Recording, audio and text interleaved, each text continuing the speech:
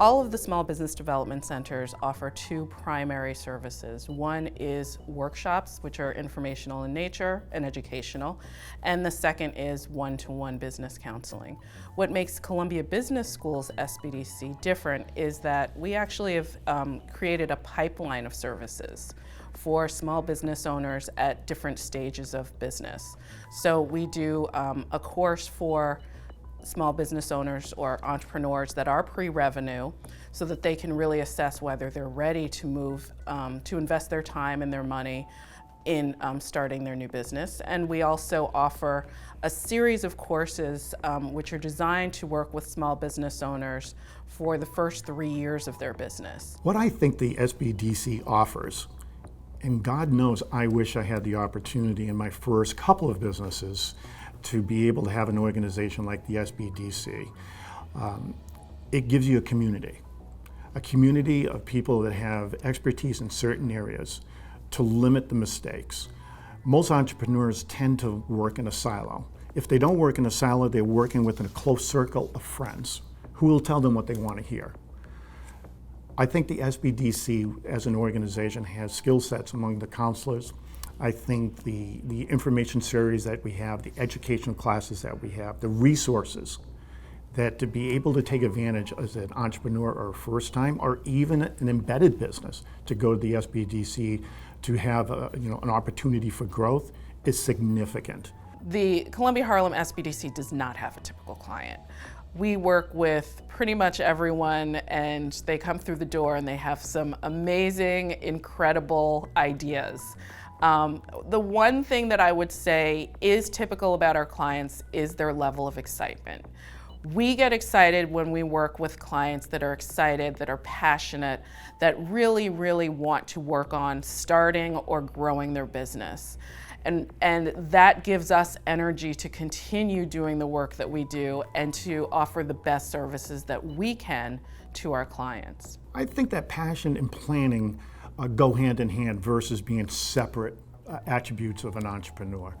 You certainly, like we spoke before, have to have the passion to go forward.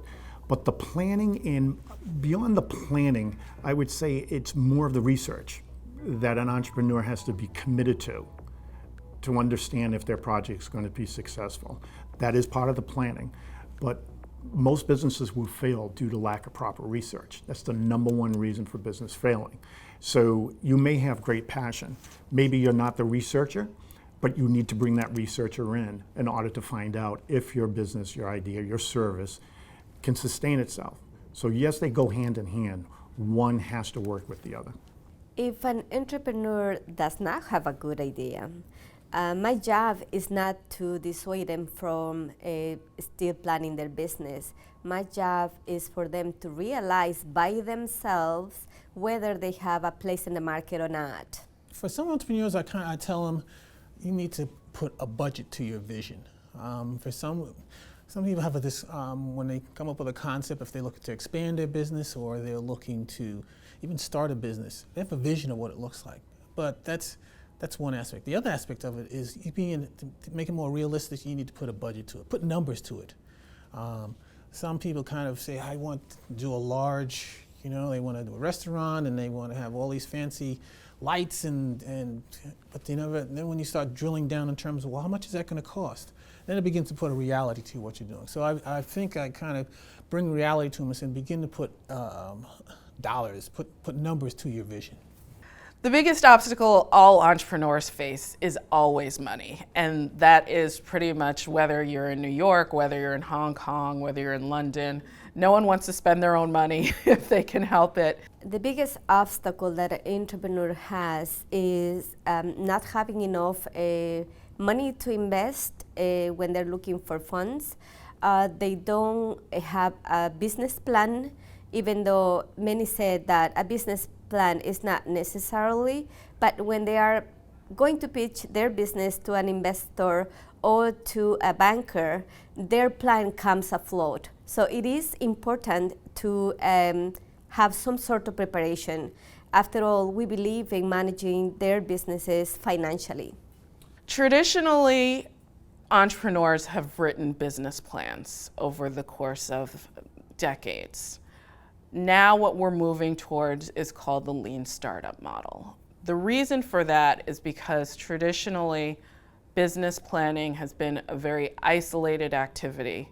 An entrepreneur starts working on a business plan. It could be a 20-page, 30-page, 40-page plan. They work on it for 6 months, 9 months, a year, and then once they finish it, they start trying to actually implement it, and often that means trying to get funding. For a client that has difficulty getting funding, it can be incredibly disheartening to work on a plan for a year and then find that they went off on the wrong path. The most important quality that any entrepreneur should have is patient.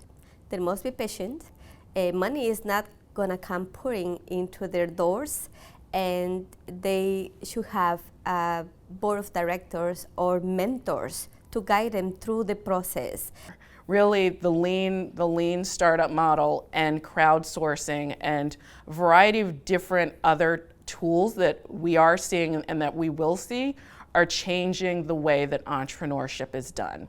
I truly do wish myself that I went through an SBD's program in my first 2 businesses. It would have alleviated a lot of time, a lot of money, a lot of stress, and I would have appreciated the guidance. So I think the opportunity that a SBDC gives to an entrepreneur or a business that's looking to go to next stage growth is completely invaluable to them.